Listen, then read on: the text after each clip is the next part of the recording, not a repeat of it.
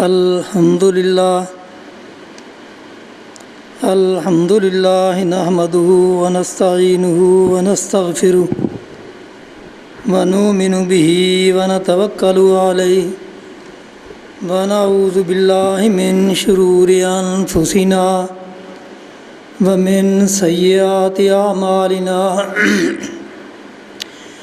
من يهده الله فلا مضل له ومن يضلل فلا هادي له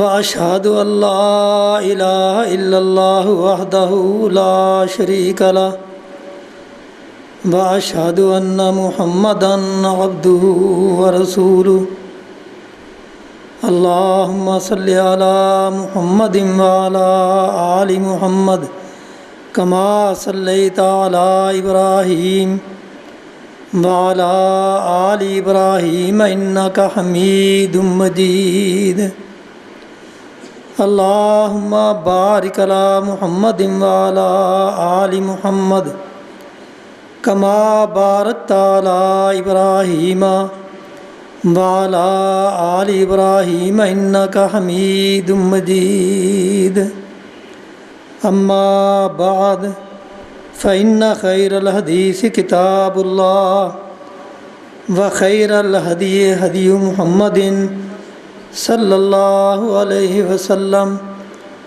وشر الأمور محدثاتها وكل محدثة بدعة وكل بدعة ضلالة وكل ضلالة في النار أعوذ بالله من الشيطان الرجيم بسم الله الرحمن الرحيم وما أرسلنا من قبلك من رسول إلا نوحي إليه أنه لا إله إلا أنا فاعبدون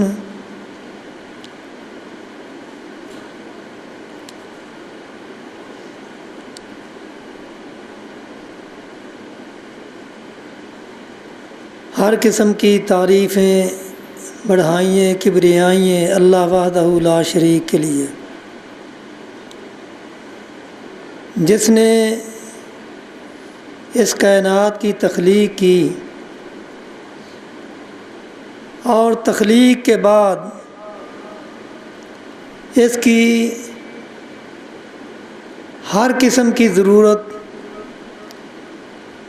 وہ روحانی ضرورت ہو یا جسمانی ضرورت ہو، دونوں قسم کی ضرورتوں کا انتظام بھی اسی ذات نے کیا۔ بے شمار اور ان گنت درود و سلام ہوں سید الکونین خاتم النبیین محمد الرسول اللہ صلی اللہ علیہ وسلم کی ذات گرامی پہ، کہ جنہیں اللہ تعالیٰ نے اس مشن کی تکمیل کے لیے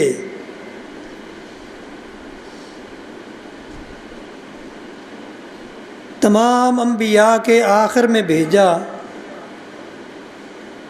جو مشن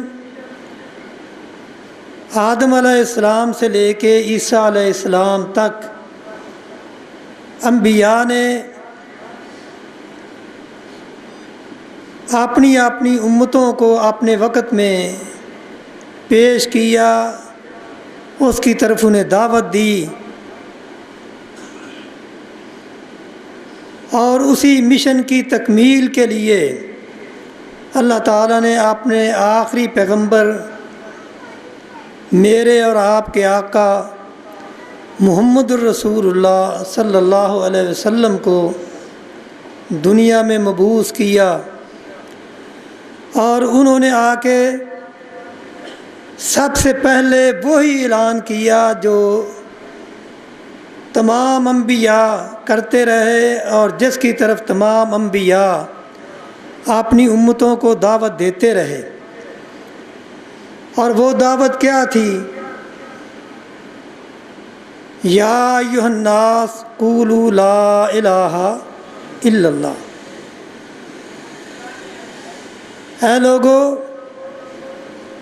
میں اسی مشن کی تکمیل کے لیے بھیجا گیا ہوں، لہذا میری تمہیں یہ دعوت ہے کہ آؤ اس کلمے کو قبول کرو، قولوا لا الہ الا اللہ وما ارسلنا من قبلک من رسول الا نوحی الیہ انہ لا الہ الا انا فاعبدون۔ یعنی جتنے انبیاء بھی آئے، جتنے رسول آئے، انہوں نے آ کے لوگوں کو یہی دعوت دی کہ اے لوگو اللہ کے سوا کوئی معبود نہیں، کوئی حاجت روا نہیں، کوئی مشکل کشا نہیں، کوئی داتا نہیں، کوئی بگڑی بنانے والا نہیں، کوئی مصائب میں کام آنے والا نہیں، لہذا اسی اللہ کی طرف آؤ۔ وہی رب ہے، وہی خالق ہے، اور جو خالق ہوتا ہے وہی معبود ہوتا ہے، وہی عبادت کے لائق ہوتا ہے۔ اور یہی وہ دعوت تھی جس دعوت کو سننے کے بعد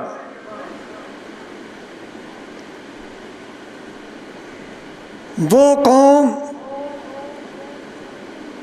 جو اس نبی کو صادق اور امین کہتی تھی، اور وہ قوم جو آپ کے اوپر اپنی جانوں کو نشاور کرنے والے تھے، اور وہ قوم جو اس اعلان سے پہلے آپ کے ہر فیصلے پہ عمل کرنے کے لیے تیار ہوتی تھی،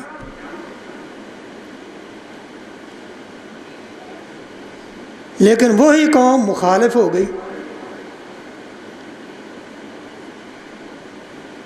مخالفت کی وجہ کیا تھی؟ کیا وہ رب کو نہیں مانتے تھے؟ یعنی وہ لوگ اللہ کو تسلیم کرتے تھے، اللہ کو مانتے تھے۔ قرآن اس بات کی گواہی دیتا ہے، وَلَئِن سَأَلْتَهُم مَّنْ خَلَقَ السَّمَاوَاتِ وَالْأَرْضَ وَسَخَّرَ الشَّمْسَ وَالْقَمَرَ لَيَقُولُنَّ اللَّهُ۔ اگر آپ ان سے سوال کریں، وَلَئِن سَأَلْتَهُم مَّنْ خَلَقَ السَّمَاوَاتِ وَالْأَرْضَ، کہ اللہ وہ کون ہے جس نے آسمانوں کو اور زمین کو پیدا کیا ہے، جس نے سورج اور چاند کو مسخر کیا ہے، وہ کون ہے؟ تو وہ جواب میں کہیں گے وہ اللہ ہے۔ وَلَئِن سَأَلْتَهُم مَّن نَّزَّلَ مِنَ السَّمَاءِ مَاءً فَأَحْيَا بِهِ الْأَرْضَ مِن بَعْدِ مَوْتِهَا لَيَقُولُنَّ اللَّهُ۔ اگر آپ ان سے پوچھیں کہ آسمان سے پانی کس نے نازل کیا اور کس نے مردہ زمین کو زندہ کیا، تو جواب میں کہیں گے اللہ۔ یعنی اللہ کو تو وہ مانتے تھے، پھر وجہ کیا تھی؟ وہ کیوں رسول اللہ کے مخالف ہوئے، اور کیوں انہوں نے آپ کے راستے میں کانٹے بچھائے، اور کیوں آپ کو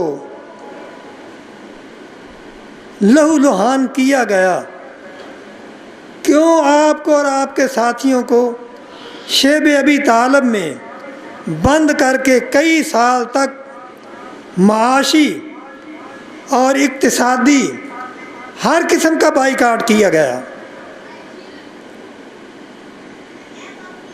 اس کی وجہ کیا تھی؟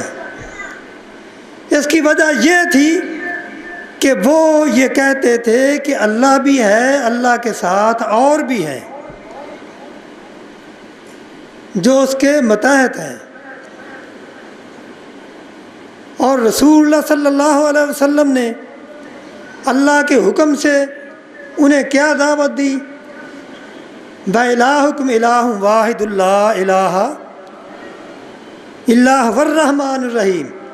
آپ کی یہ دعوت تھی کہ اللہ ہے، اللہ کے سوا اور کوئی نہیں، اور سب کچھ باطل ہے۔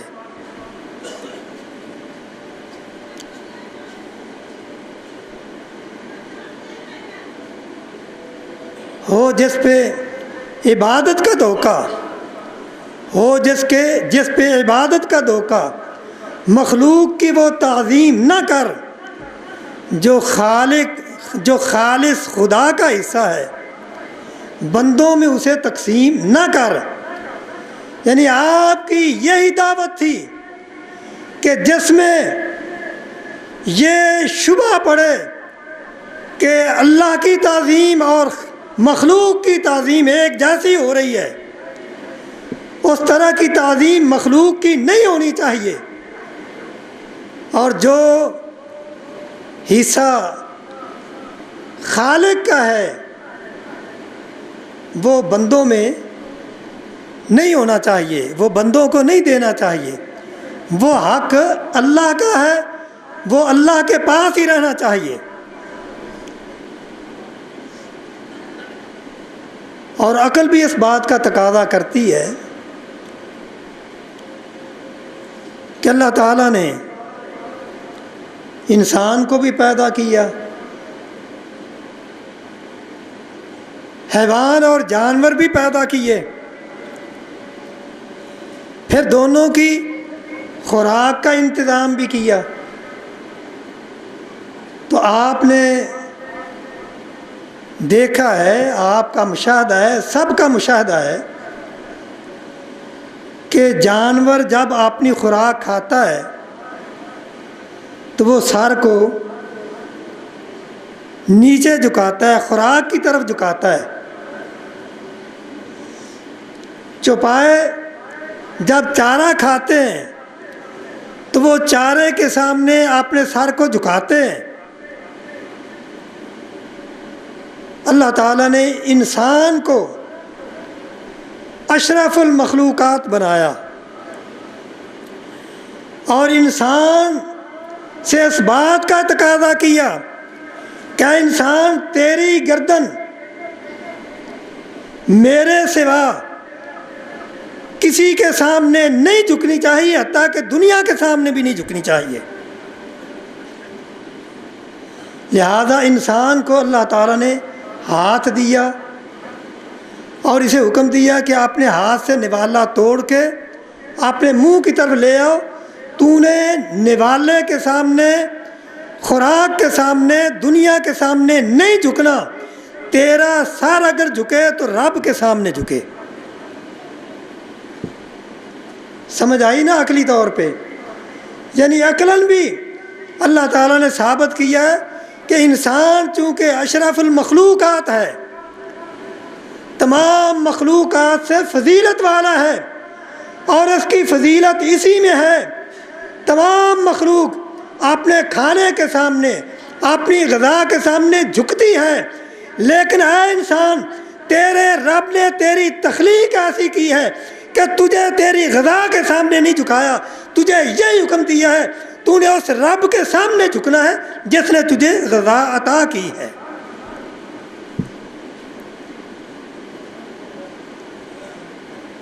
اور اللہ تعالیٰ نے پریکٹیکل کر کے بھی دکھایا۔ کوئی نماز ایسی ہے جو سجدے کے بغیر قبول ہو؟ نماز پڑھنی ہے، اگر سجدہ نہیں کرنا، رکوع نہیں کرنا تو نماز قبول نہیں ہوگی۔ لیکن ایک نماز ایسی بھی ہے جس میں نہ رکوع ہے نہ سجدہ ہے۔ اللہ نے فرمایا کہ اے میرے بندے، تیرا رکوع بھی معاف، تیرا سجدہ بھی معاف، تیری نماز قبول ہوگی۔ کیوں؟ اس لیے کہ سامنے میت پڑی ہے۔ اب تیرا کام یہ ہے کہ میت کے سامنے نہ جھکے، چاہے وہ نبی کی میت ہو، چاہے کسی ولی کی میت ہو، چاہے کسی محدث کی میت ہو، چاہے کسی عام آدمی کی میت ہو۔ اے انسان، تیری نماز بغیر رکوع کے اور بغیر سجدے کے قبول ہوگی۔ کیوں؟ اس لیے کہ میں نے حکم دیا ہے کہ اے میرے بندے تیرا سر جھکے تو میرے سامنے جھکے، میرے سوا کسی اور کے سامنے تیرا سر جھکنا نہیں چاہیے۔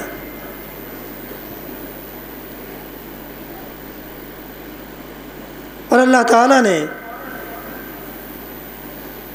ہر نماز میں ہر نمازی کے لیے لازم کیا ہے کہ وہ نماز کہاں سے شروع ہوتی ہے؟ اللہ باعث بینی سے یا سبحانک اللہم و بحمدک و تبارک اسمک، آتی ہے کہ نہیں دعا؟ ذرا پڑھ لو، سبحانک اللہم و بحمدک و تبارک اسمک و تعالی جدک ولا الہ غیرک۔ سب سے پہلے اس بات کا اعلان کروایا کہ اے میرے بندے اعلان کر کہ اللہ کے سوا کوئی الہ نہیں۔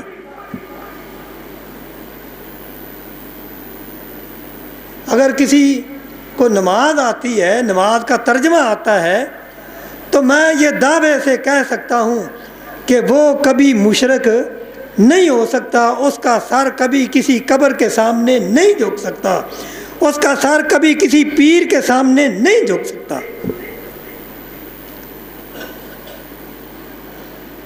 کیونکہ اللہ نے اپنے بندے کو یہی حکم دیا ہے کہ اے میرے بندے تیرا مقام، تیری شان یہ ہے کہ تیرا سر جھکے تو تیرے رب کے سامنے جھکے اور کسی کے سامنے تیرا سر نہ جھکے۔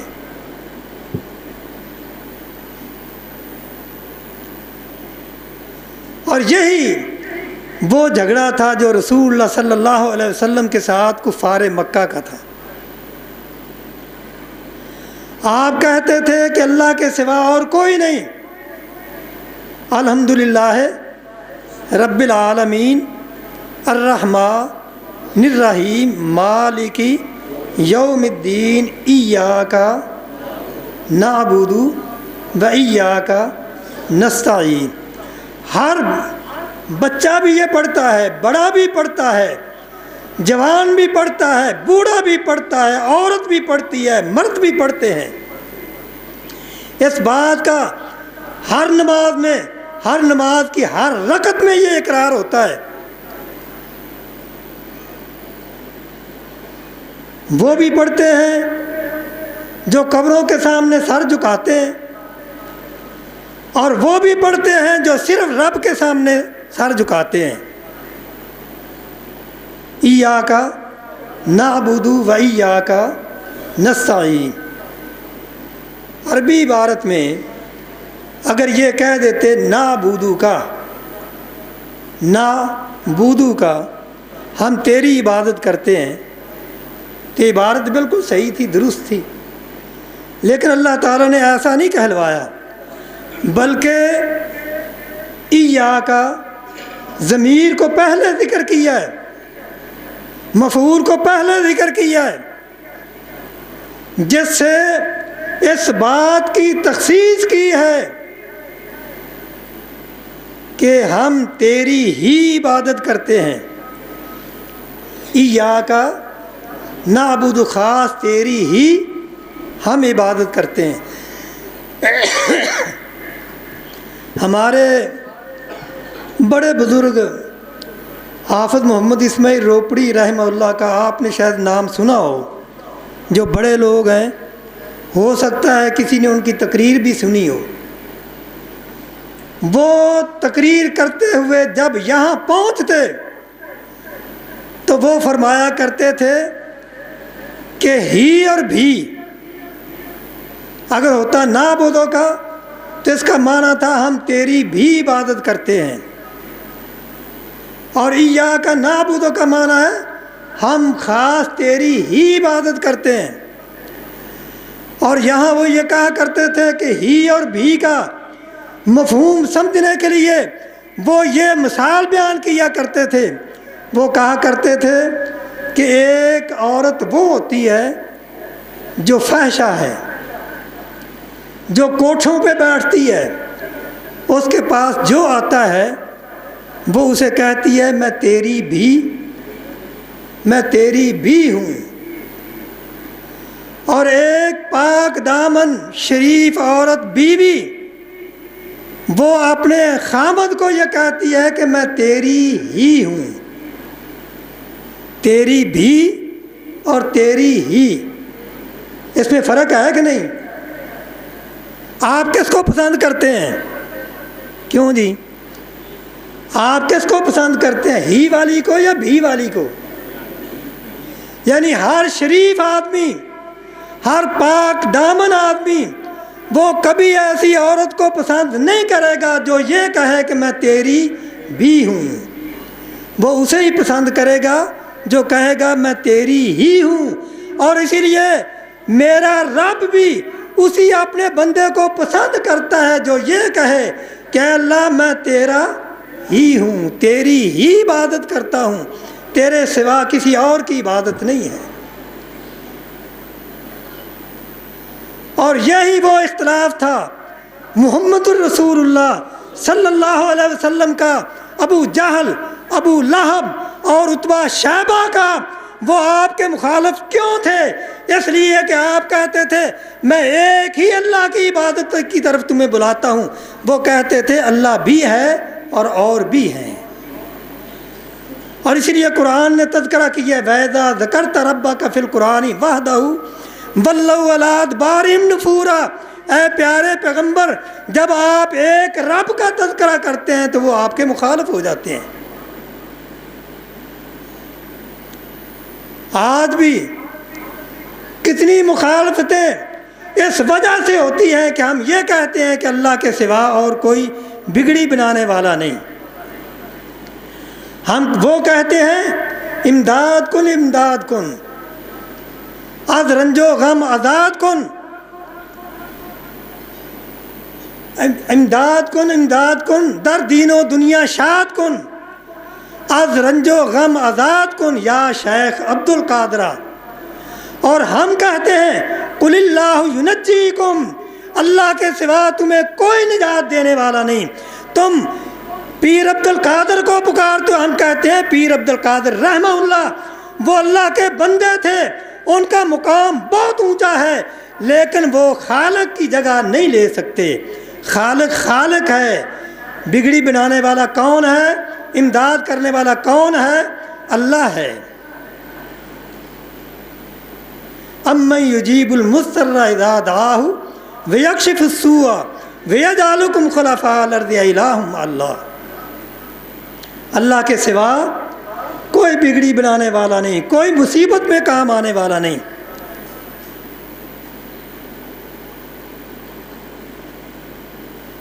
اور یہی وجہ ہے کہ اللہ تعالیٰ فرماتے ہیں وَإِذَا ذُكِرَ اللَّهُ وَحْدَهُ اشْمَأَزَّتْ قُلُوبُ الَّذِينَ لَا يُؤْمِنُونَ بِالْآخِرَةِ وَإِذَا ذُكِرَ الَّذِينَ مِن دُونِهِ إِذَا هُمْ يَسْتَبْشِرُونَ. جب ایک اللہ کا تذکرہ کیا جاتا ہے کہ اللہ کے سوا کوئی حاجت روا نہیں، کوئی بگڑی بنانے والا نہیں،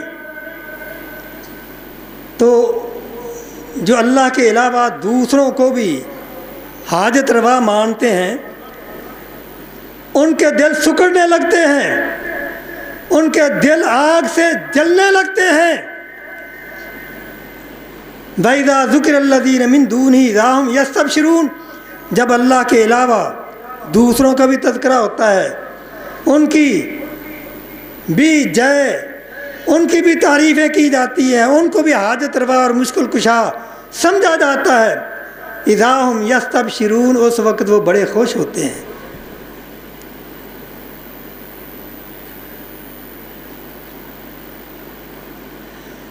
اور وہ جب ایک اللہ کا ذکر ہوتا ہے تو کہتے ہیں اجعل الآلہۃ الہا واحدا ان ھذا لشیء عجاب. کہ ایک رب ہی سارے کام کرتا ہے، یہ کیسے ہو سکتا ہے؟ یعنی وہ رب کو اپنے اوپر قیاس کرتے ہیں، مخلوق کے اوپر قیاس کرتے ہیں. حالانکہ اللہ تعالیٰ کی ذات وہ ہے لیس کمثلہ شیء فی الارض ولا فی السماء وہو السمیع العلیم. اللہ جیسی کوئی ذات نہ دنیا میں ہے نہ آسمان میں ہے. رسول اللہ صلی اللہ علیہ وسلم جب لوگوں کے سامنے توحید بیان کرتے اور اللہ کی طرف دعوت دیتے تو ایک دفعہ کفار مکہ کہنے لگے کہ آپ ہر روز ایک اللہ کی طرف دعوت دیتے ہیں کہ ایک اللہ کی عبادت کرو، ایک اللہ کی عبادت کرو، اور یہ کہتے ہیں قولوا لا الہ الا اللہ. ہمیں ذرا اپنے رب کا تعارف تو کرواؤ، تمہارا رب ہے کون اور اس کی کیا صفتیں ہیں. جب انہوں نے تعارف مانگا، اللہ کے نبی نے اللہ سے استدعا کی کہ اے اللہ یہ مجھ سے تیرا تعارف مانگتے ہیں، میں ان کو تیرا تعارف کیا کرواؤں. تو اللہ تعالیٰ نے آسمان سے وحی نازل فرمائی کہ اے پیارے پیغمبر آپ ان کو کہہ دیں قل هو اللہ احد اللہ الصمد لم یلد ولم یولد ولم یکن لہ کفوا احد. اللہ نے اپنا تعارف کروایا. اللہ کون ہے؟ قل هو اللہ احد. اللہ آپ کہہ دیں اللہ ایک ہے. اللہ الصمد، اللہ بے نیاز ہے، وہ کسی کا محتاج نہیں، کسی کی اسے ضرورت نہیں. لم یلد ولم یولد، نہ اس کی اولاد ہے نہ وہ کسی کی اولاد ہے. ولم یکن لہ کفوا احد، اور اس کا کوئی ہم مثل بھی کوئی نہیں. لیس کمثلہ شیء، یہاں کہتے ہیں نا لاسانی، پڑھتے ہیں نا آپ فلاں لاسانی سرکار، کیا وہ رب ہے؟ لاسانی تو رب ہے. لاسانی جس کا کوئی ثانی نہیں، جس جیسا کوئی نہیں، وہ کون ہے؟ وہ رب ہے. لیس کمثلہ شیء فی الارض ولا فی السماء وہو السمیع العلیم. اللہ جیسا کوئی نہیں، اللہ نے یہ اعلان کیا ہے. اور رسول اللہ صلی اللہ علیہ وسلم سے صحابہ نے پوچھا اے اللہ کے رسول ای الذنب اکبر، کون سا گناہ سب سے بڑا ہے؟ اکبر کا معنی کیا ہوتا ہے؟ اللہ اکبر کہتے ہیں نا، کیا معنی؟ اللہ سب سے بڑا ہے، ہر چیز سے بڑا ہے، اس سے بڑی کوئی چیز نہیں. ای الذنب اکبر، اے اللہ کے رسول آپ ہمیں بتائیں سب سے بڑا گناہ کیا ہے؟ تو رسول اللہ صلی اللہ علیہ وسلم نے کیا فرمایا تھا؟ ان تدعو للہ ندا وہو خلقک، کہ اللہ کے علاوہ تو کسی اور کو حاجت روا اور مشکل کشا سمجھے، یہ سب سے بڑا گناہ ہے. سب سے بڑا، اگر میں اس کی تھوڑی سی وضاحت کر دوں، دھوکہ دینا گناہ ہے کہ نہیں؟ ڈاکہ ڈالنا گناہ ہے، کسی لڑکی کو اغوا کرنا گناہ ہے، گناہ مانتے ہیں نا. زنا کرنا گناہ ہے، شراب پینا گناہ ہے، سود کھانا گناہ ہے. گویا کہ ہر قسم کے گناہ ہیں. شراب پینا، زنا کرنا، ڈاکہ ڈالنا اور جو بھی گناہ کر لو، اللہ کے نبی صلی اللہ علیہ وسلم نے فرمایا کہ ان تمام گناہوں سے بڑا گناہ شرک ہے. اگر کوئی کسی کی ماں کے ساتھ زنا کرتا ہے، کسی کی بہن کے ساتھ زنا کرتا ہے، تو کیا وہ غیرت مند انسان یہ چاہتا ہے کہ میں اسے مار دوں؟ حضرت سعد رضی اللہ تعالیٰ عنہ نے ایک دفعہ فرمایا کہ اے اللہ کے رسول، اگر میں اپنی بیوی کے ساتھ کسی کو زنا کرتے ہوئے دیکھ لوں تو کیا میں گواہ تلاش کرتا پھروں؟ میں تو اللہ کی قسم اسے قتل کر دوں گا، بعد میں دیکھا جائے گا کیا ہوتا ہے۔ تو رسول اللہ صلی اللہ علیہ وسلم نے فرمایا کہ اے صحابہ دیکھو سعد کتنا غیرت مند ہے، لیکن اللہ تعالیٰ تو اس سے بھی زیادہ غیرت مند ہے، اللہ اس سے بھی زیادہ غیرت مند ہے۔ اور اللہ کی غیرت دیکھیں کہ تم اللہ کے ساتھ شرک کرتے ہو۔ کتنے لوگ ہیں جو اللہ کے ساتھ شرک کرتے ہیں، لیکن اللہ تعالیٰ اس کے باوجود انہیں رزق بھی دیتا ہے، انہیں اولادیں بھی دیتا ہے، انہیں صحت بھی دی ہوئی ہے۔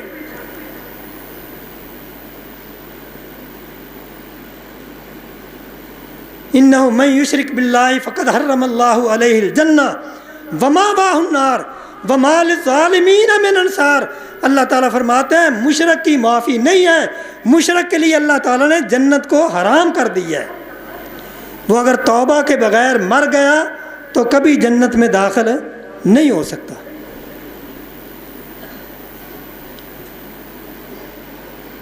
تو اللہ تعالیٰ نے رسول اللہ صلی اللہ علیہ وسلم کو کس مقصد کے لیے بھیجا؟ مقصد صرف یہ تھا کہ قولوا لا الہ الا اللہ تملک العرب یا تفلحوا، تم لا الہ الا اللہ کہہ دو تو فلاح پا جاؤ گے۔ آپ نے کبھی یہ نہیں کہا کہ اے لوگوں میں تمہاری بگڑی بناتا ہوں، جس طرح آج کل لوگ یہ کہتے ہیں یا رسول اللہ انظر حالنا، یا حبیب اللہ اسمع قالنا، اننی فی بحر غم مغرق خذ بیدی ساحل لنا اشکالنا۔ اے اللہ کے رسول ہم مصیبت میں پھنسے ہوئے ہیں، ہماری مدد فرمائیں۔ اللہ کے نبی صلی اللہ علیہ وسلم نے کیا سکھایا؟ آپ نے سکھایا کہ اے اللہ، اے میرے امت کے لوگوں، اگر تم کسی مصیبت میں ہو تو اپنے رب کو پکارو۔ امن یجیب المضطر اذا دعاہ ویکشف السوء ویجعلکم خلفاء الارض الہ مع اللہ۔ اور اللہ کے نبی نے اللہ تعالیٰ نے فرمایا کہ اے لوگوں وَرَبُّكَ يَخْلُقُ مَا يَشَاءُ وَيَخْتَارُ مَا كَانَ لَهُمُ الْخِيَرَةُ مِنْ أَمْرِهِمْ۔ اے پیارے پیغمبر آپ ان کو بتا دیں کہ تیرا رب مختار کل ہے، رب کے سوا اور کوئی مختار کل نہیں ہے۔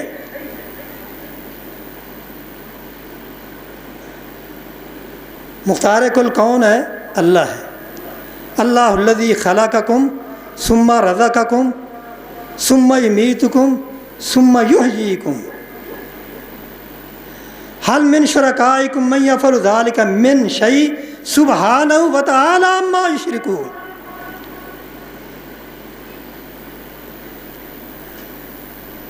اللہ نے تمہیں پیدا کیا ہے، اللہ خلقکم ثم رزقکم ثم یمیتکم ثم یحییکم، یعنی وہی تمہیں مرنے کے بعد دوبارہ زندہ کرے گا۔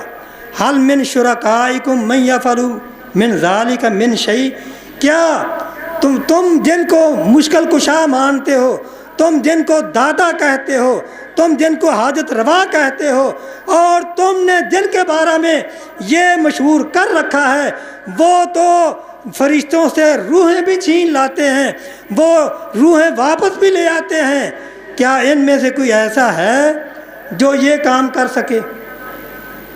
سبحانہ وتعالی اما یشرکون۔ اے لوگو اللہ پاک ہے اور اللہ کے مقابلے میں کوئی نہیں جو یہ کام کر سکے۔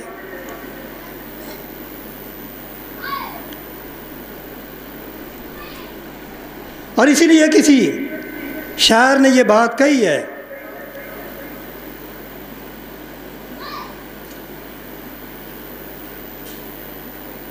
اے مال کے کل، اے خال کے کل، اے راز کے کل، اے حاکم کل، سبحان ہے تو، رحمان ہے تو، تیری صفتیں کوئی بھی پا نہ سکا، ہر شے پہ تصرف تیرا، جیسے حکم دیا تب می برسا، اے مال کے ابر تیرے سوا ایک بوند بھی کوئی گرا نہ سکا، قادر وہ نہیں جس سے بن سکتی نہیں ایک مکھی بھی، مکھی بنانا تو دور رہا ایک بال بھی بدلا جا نہ سکا۔ یا ایھا الناس ضرب مثل فاستمعوا له ان الذين تدعون من دون الله لن يخلقوا ذبابا ولو اجتمعوا له وان يسلبهم الذباب شيئا لا يستنقذوه منه ضعف الطالب والمطلوب۔ اللہ تعالیٰ فرماتے ہیں کہ اے لوگو میری بات کو غور سے سنو جن کو تم اللہ کے سوا پکارتے ہو۔ یا ایھا الناس ضرب مثل فاستمعوا له، تمہیں ایک مثال بیان کی جاتی ہے، اسے غور سے سنو اور اس پہ غور و فکر کرو، اور پھر تم اپنے عادات پہ اور اپنے اعمال پہ غور و فکر کر کے یہ فیصلہ کرو کیا تم حق پہ ہو یا غلط کام کر رہے ہو۔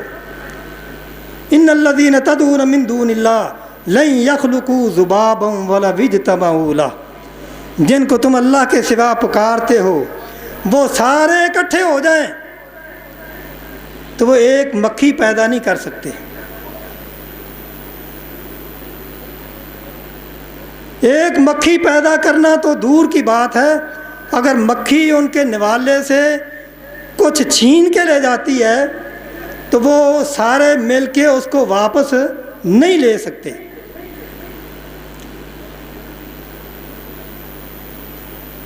ضعف الطالب والمطلوب، ماننے والے بھی جن کو مانا جاتا ہے سب کمزور ہیں۔ ما قدر اللہ حق قدری، اصل بات یہ ہے کہ انہوں نے اللہ کی قدر کی نہیں جس طرح کرنی چاہیے تھی۔ تو جس کو ڈبونے پہ آئے پھر کس کی طاقت پار لگائے، مجبور رہا محبوب تیرا کشتی میں پسر کو بٹھا نہ سکا۔ کیا آج بھی تم نہیں دیکھتے کہ یہ پانی آیا کس طرح بہا کے لے گیا؟ کیا کوئی بابا کوئی طاقت اللہ کے سوا ایسی تھی جو ان کو بچا سکتی؟ نوح علیہ السلام کے سامنے، نوح علیہ السلام اللہ کے نبی ہیں، جلیل القدر نبی ہیں، طوفان آتا ہے، جہاز پاس ہے، کشتی پاس ہے، بیٹے کو کہتے ہیں ونادا نوح ابنہ وکان فی معدل یا بنی ارکب معنا ولا تکن مع الکافرین قال سآوی الی جبل یعصمنی من الماء قال لا عاصم اليوم من امر اللہ الا من رحم وحال بینہم الموج فکان من المغرقین۔ پیغمبر کے سامنے بیٹا پانی میں غرق ہو جاتا ہے لیکن پیغمبر اپنے بیٹے کو نہیں بچا سکا۔ کیوں؟ رب کا حکم، اللہ کا حکم نہیں تھا۔ اور ادھر یونس علیہ السلام پانی میں ڈوب گئے، مچھلی کے پیٹ میں چلے گئے۔ وَظَنُّونِ ذَهَبَ مُغَاضِبًا فَظَنَّ أَن لَّن نَّقْدِرَ عَلَيْهِ فَنَادَىٰ فِي الظُّلُمَاتِ أَن لَّا إِلَٰهَ إِلَّا أَنتَ سُبْحَانَكَ إِنِّي كُنتُ مِنَ الظَّالِمِينَ۔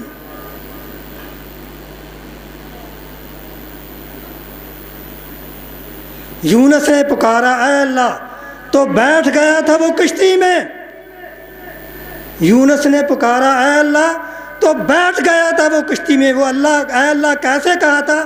لا الہ الا انت سبحانک انی کنت من الظالمین۔ اور اللہ تعالیٰ فرماتے ہیں فاستجبنا لہ ونجیناہ من الغم وکذالک ننجی المؤمنین۔ یہ خیال نہ کرنا وہ تو اللہ کے نبی تھے، اس لیے اللہ نے ان کی دعا کو قبول کیا۔ اللہ تعالیٰ فرماتے ہیں جو بھی مصیبت میں پھنسا ہوا میرا مومن بندہ اس یقین کے ساتھ مجھے پکارے گا جس یقین کے ساتھ یونس نے پکارا تھا۔ وَكَذَلِكَ نُنْجِي الْمُؤْمِنِينَ، ہم اسی طرح آپ نے ان مومن بندوں کو بھی نجات دلائیں گے۔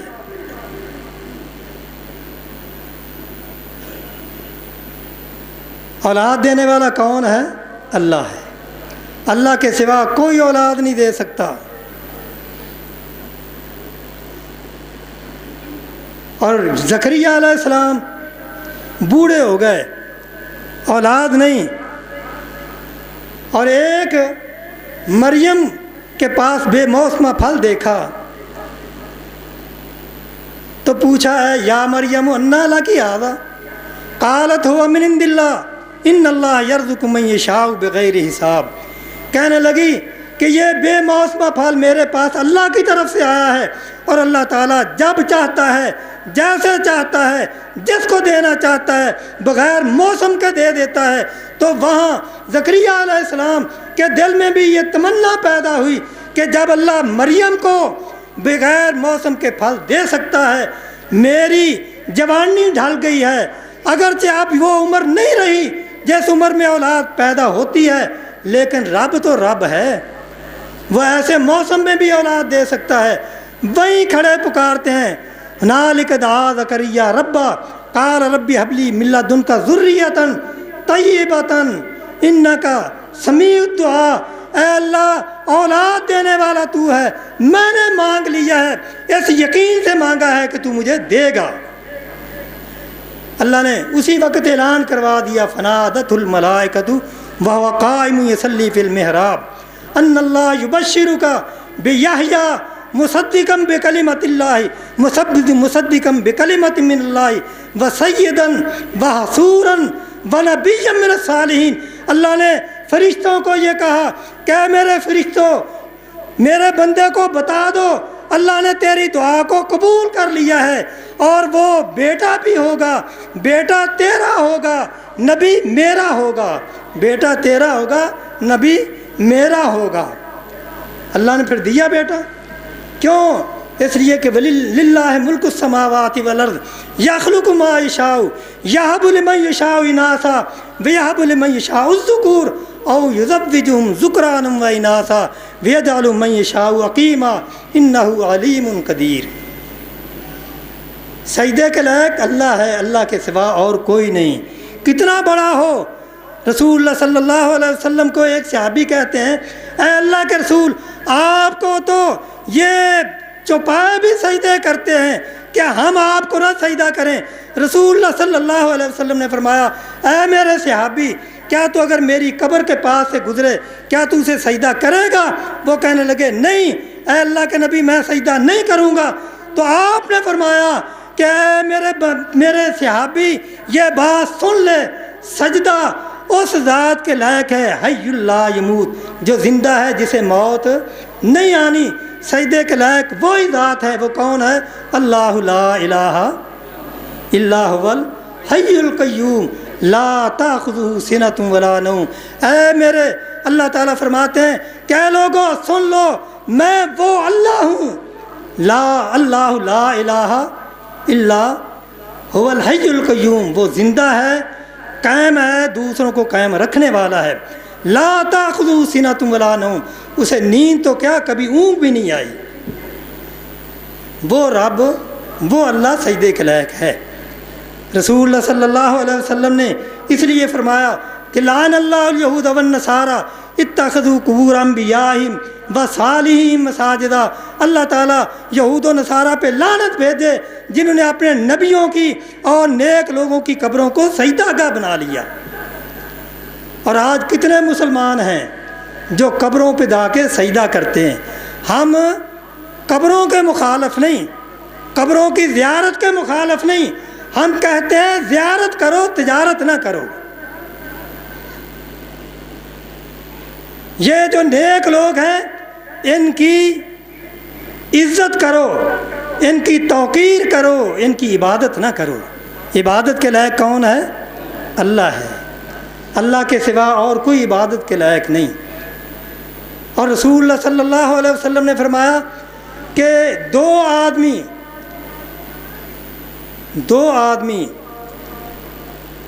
ایک مکھی کی وجہ سے ایک جہنم میں چلا گیا اور ایک جنت میں چلا گیا۔ مسند امام احمد میں روایت ہے کہ دو آدمی سفر پہ تھے، راستے میں ایک بت تھا یا قبر تھی، ان کا یہ دستور تھا کہ اس قبر سے یا اس کے بت کے پاس سے کوئی شخص بغیر نیاز یہ نہیں گزر سکتا، اور وہ دونوں مسلمان تھے۔ جب وہاں سے ان کا گزر ہوا تو وہاں کے ملنگوں نے کہا کہ ہم تو یہاں سے نہیں گزرنے دیں گے جب تک تم ان کی نظر نیاز نہ دو۔ انہوں نے کہا تو ہمارے پاس کچھ نہیں ہے ان کو نظر دینے کے لیے۔ انہوں نے کہا اگر کچھ نہیں ہے، ایک مکھی پکڑو تو اس کے نیاز چڑھا دو۔ وگرنہ تم آگے نہیں جا سکتے، پھر تمہاری موت ہے۔ ایک نے اپنی جان بچانے کے لیے مکھی پکڑی اور اس کی نیاز دے دی، اور دوسرے نے کہا کہ میری جان تو جا سکتی ہے، میں مکھی بھی اس کی نظر نہیں دوں گا۔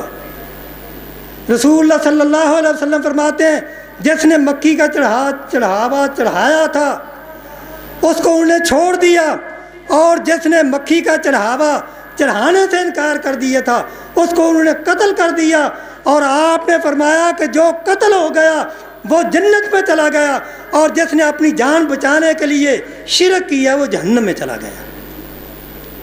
شرک اتنی بری بلا ہے، شرک اتنا برا عمل ہے کہ تمام نیکیوں پہ پانی پھیر دیتا ہے۔ اللہ تعالی ہم سب کو شرک سے محفوظ رکھے، اور ایک اللہ کی عبادت کی اللہ تعالی ہمیں توفیق دے، کیونکہ توحید پہ قائم رہنا، سنت کے مطابق عمل کرنا آج کے موجودہ دور میں انتہائی مشکل ہے۔ ہمارے اہل حدیث بھائی وہ بھی کئی بدعتوں میں شامل ہو چکے ہیں، حالانکہ دعویٰ یہ ہے کہ ہم حدیث کے سوا کسی اور بات پہ عمل نہیں کرتے، لیکن کتنی چیزیں ایسی ہیں جو ان کے اندر بھی آ چکی ہیں۔ اس لیے قرآن و سنت ہی اصل چیز ہے، اس پہ عمل کرو، اور توحید کا عقیدہ یہ نجات کا باعث ہے۔ اگر توحید کے عقیدے میں کچھ ملاوٹ ہوئی تو یاد رکھو قیامت کے دن نجات نہیں ہو سکتی۔ اسی طرح اگر عمل میں بدعت کی ملاوٹ ہو گئی، سنت کے ساتھ بدعت کی ملاوٹ ہو گئی تو وہ عمل بھی قابل قبول نہیں ہوگا۔ اللہ تعالیٰ سے دعا ہے اللہ تعالیٰ ہمیں توحید اور سنت پہ قائم رکھے۔ وآخر دعوانا ان الحمد للہ رب العالمین۔